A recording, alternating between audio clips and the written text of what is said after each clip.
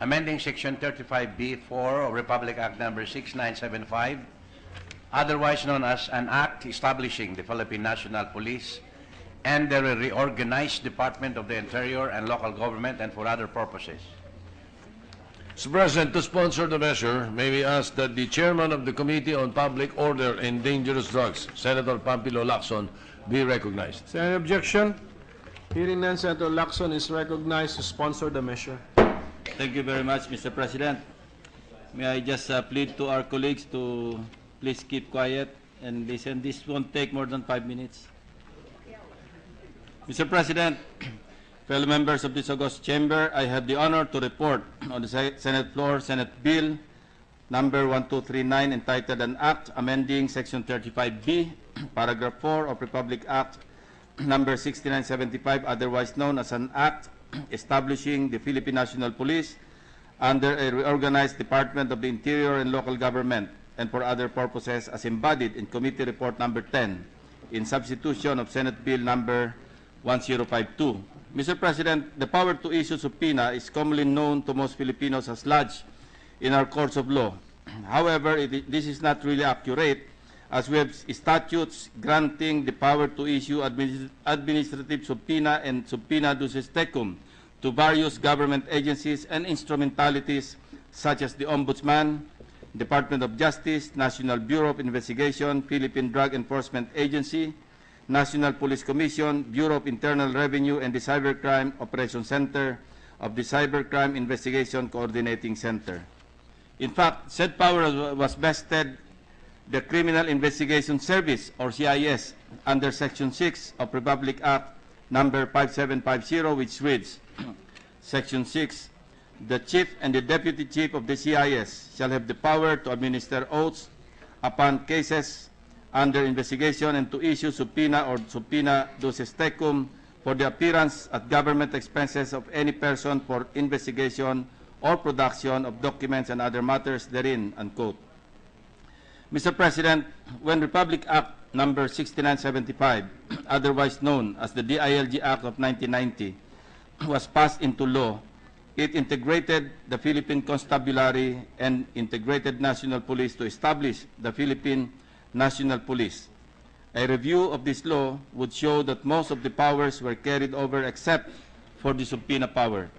Mr. President, it seems absurd that the CIU, now more known as the Criminal Investigation and Detection Unit, or CIDG, with a mandate to undertake monitoring, investigation, and prosecution of all crimes involving economic sabotage and other crimes of such magnitude and extent as to indicate their commission by highly placed or professional criminal syndicates and organizations, has lost its subpoena powers. Going back in history, this unit even had the motto, "We seek the truth." Now, with the implied removal of its subpoena powers, I find it difficult to imagine how our PNP's investigative arm could have a complete and thorough output in search of the truth. Kung wala pong subpoena powers, lagi pong kulang at bitin ang investigasyon. Mr. President, sayang naman po ang resources ng ating gobyerno. Moreover, the CIDG envisions itself to be a dynamic, responsible, and well-equipped primary investigative arm manned by the best qualified and highly motivated professionals in search of the truth and justice. Emphasis on the word well-equipped. My fellow colleagues, let us correct this oversight by restoring the subpoena powers of the CIDG director and his or her deputies.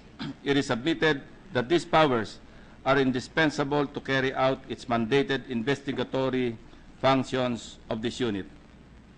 And on a final note, Mr. President, kung ang top investigative unit po ng ating bansa ay walang subpoena powers, may tutulad po natin ito sa isang auto na walang gasolina, walang mararating. Maraming salamat po, Mr. President. Mr. President, to give time to the other senators. Majority Leader, Senator Drilon is raising his hand. What's the pleasure of the Senator Drilon? Well, Senator Drilon asked the permission of the sponsor if he could ask a few questions. I was going to move that the interpellation be done tomorrow, but in as much as the sponsor has agreed I move to open the period of interpellation, Mr. President. An objection, period for interpellation is now open. Will the gentleman yield just to a few questions? Senator Drilon is recognized. Willingly to the gentleman from Iloilo and the Republic of the Philippines. Yes. First of all, we place on record that we are in support of this bill. It's about time that we clarify and grant the appropriate authorities to our police authorities. And we note that the power to issue administrative subpoenas or subpoena ducis tecum are granted to other agencies of this government, the Department of Justice, the NBI, the PIDEA, the NAPOLCOM, etc. So it's about time that we correct this imbalance. I just have a few concerns, Mr. President, the good sponsor. Number one, is the Chief PNP authorized also to issue subpoena and subpoena ducis tecum? Under the law, he's not authorized, Chief Mr. President. PNP. The Chief PNP is not authorized. Should we not authorize the Chief PNP? Well, during the period of amendment, if you will introduce that amendment, I see no problem in authorizing the Chief PNP to issue subpoena and subpoena ducis tecum. Yes, there is merit in that, Mr. President, because if we authorize a lower rank official, lower than that of the Chief PNP, like the Director and Deputy Director of the CIDG, there is every reason to grant that authority to the higher official who would have control and supervision over the Director and Director General and Deputy Director of the CIDG. I see no problem with that, Mr. President, if you so desire during the period of amendment. However, this is already a delegated authority to the CIDG Director and or his deputy. And since the Chief PNP is not directly involved in the investigation, then I would prefer that the Director of CIDG and his deputy would be the ones given the subpoena powers. They're the ones given the subpoena powers. We have no problems with that.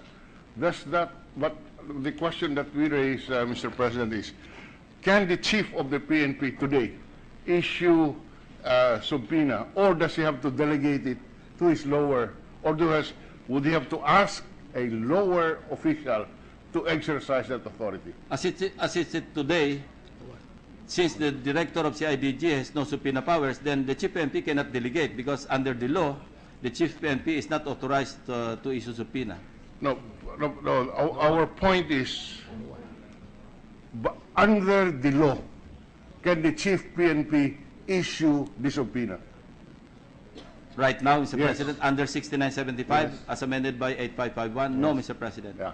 My suggestion, therefore, is apart from the Director and the Deputy Director of the CIDG, the Chief PNP should also be granted that power so that he is not excluded from the power enjoyed by lower officers. Now, the second point, Mr. President, just one more point. Is the sponsor amenable to the non-delegation of this authority? In other words, only the Director and Deputy Director of the CIDG can issue the subpoena and subpoena ducis tecum and prohibit them from delegating this. Meaning delegating this authority to regional directors of CIDG? Yes, for example. Because otherwise, if without that limitation that they cannot delegate, they can delegate it to any officer of the PNP, which, as a matter of policy, we have very serious reservations. He can delegate it to a inspector. So our question is if the sponsor Is is amenable. amenable to prohibition on delegation of an authority. For better control, Mr. President, Yes. I think it should only be the Director of CIDG and his deputies. No other. I'm just imagining Superintendent Marcos issuing a subpoena and subpoena ducis tecum, Mr. President. That might be a subpoena to heaven. So Right. I am glad. So basically, that's all we wanted to place on the record. that number one, we include the Chief PNP being a superior officer, in addition to the Director and Deputy Director of the CIDG, and number two, that such powers cannot be delegated but must be exercised by the officials themselves. At Thank the you, Mr. appropriate time, President. we'll submit an amendment. Thank you very much. Thank sir. you. Thank you, Mr. President. Thank you, Mr. President. I move to suspend consideration of Senate Bill 1239 to allow other members of the Senate to study the proposed measure. Any objection? Hearing none, we suspend consideration of Senate Bill number 1239. Thank you, Mr. President. As requested by the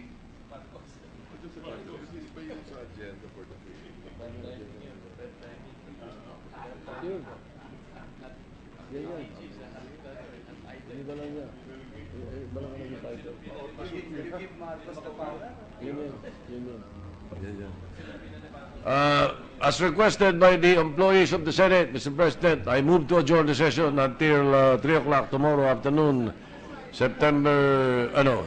December 7, 2016. Everyone is invited to attend the Christmas party of the employees.